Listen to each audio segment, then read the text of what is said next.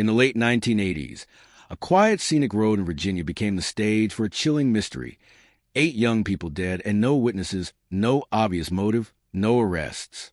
Each year from 1986 to 1989, another couple vanished or was found brutally murdered along the Colonial Parkway, a picturesque highway linking historic towns.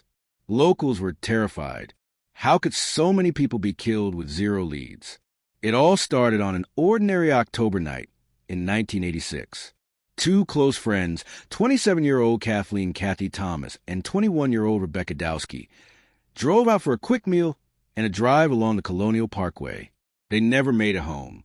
3 days later, a park ranger stumbled upon Kathy's Honda Civic, pushed down an embankment off the parkway. Inside, by the glow of a flashlight, he saw a horrific scene. The 2 women were slumped in the car. The 2 women had been strangled to death and their throats viciously slashed. One cut so deep, she was nearly decapitated. The officer's voice shook as he radioed in. "We've got 2 bodies here. It's bad, real bad." Investigators were baffled. The Colonial Parkway is serene, secluded. No houses nearby, no traffic at that hour. Who could have done this, and why?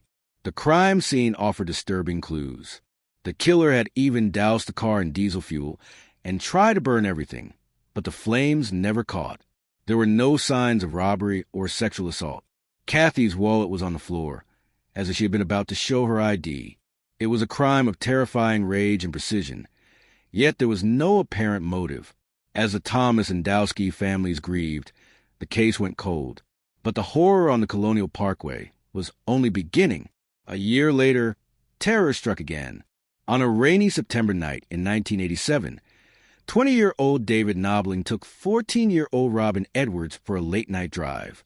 David's pickup truck was found the next morning at the Ragged Island Wildlife Refuge, just across the James River. The truck's door was cracked open, the keys still in the ignition, and the windshield wipers eerily swishing on repeat. There was no sign of David or Robin. For 3 agonizing days, their families waited and prayed. Then, a grim discovery. Both bodies washed up on the muddy riverbank downstream. They had been shot in the head, execution style. David's wallet lay open on the truck seat. Again, no witnesses, no clear reason. Now 2 double murders, a year apart, both in remote Lover's Lane spots near water. Was there a serial killer prowling the darkness? The press had a name for it now. The Colonial Parkway Murders. Couples across Virginia felt a chill of fear. Parents warned their teenagers, "Don't go parking on lonely roads." Police patrols increased, but the killer was a ghost. April 1988. Another young couple, Cassandra Sandy Haley, 19, and Richard Keith Call, 20, went out on a first date in Williamsburg.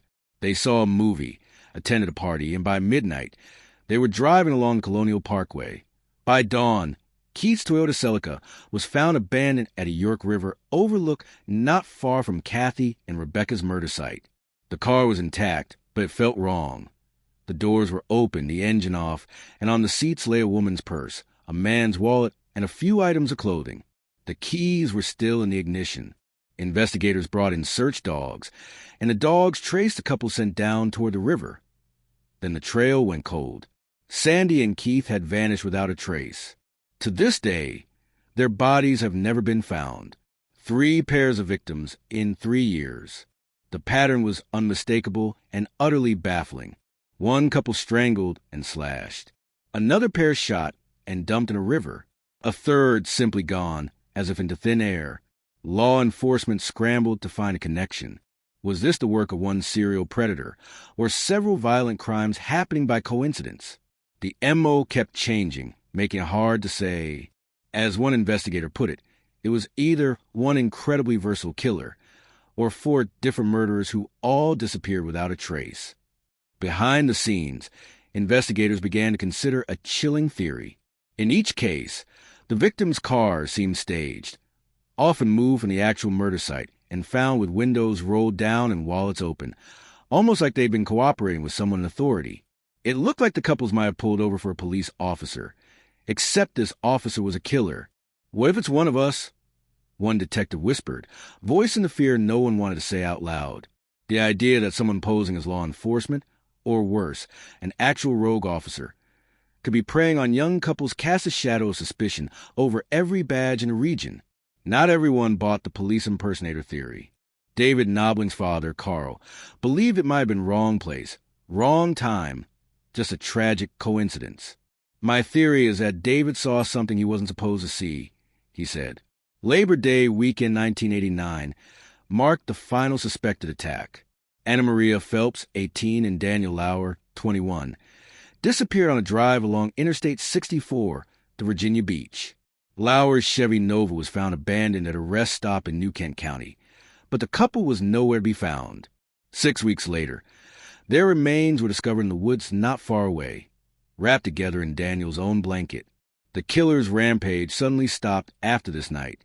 For over 3 decades, the Colonial Parkway murders remained unsolved, one of Virginia's most notorious cold cases. Families endured decades of heartbreak and fear, imagining a killer still lurking in the shadows.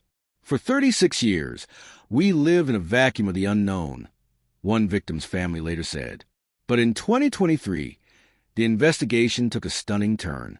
New forensic testing on old evidence produced a DNA profile, and there was a hit, an identifiable match. After so many years of silence, authorities quietly announced they had finally identified a suspect in at least 2 of the Colonial Parkway murders. The catch? The suspect was already dead. Who was this man? And could it be that after all this time, the killer's identity had been right under their noses? The truth, when uncovered, would be more chilling than anyone imagined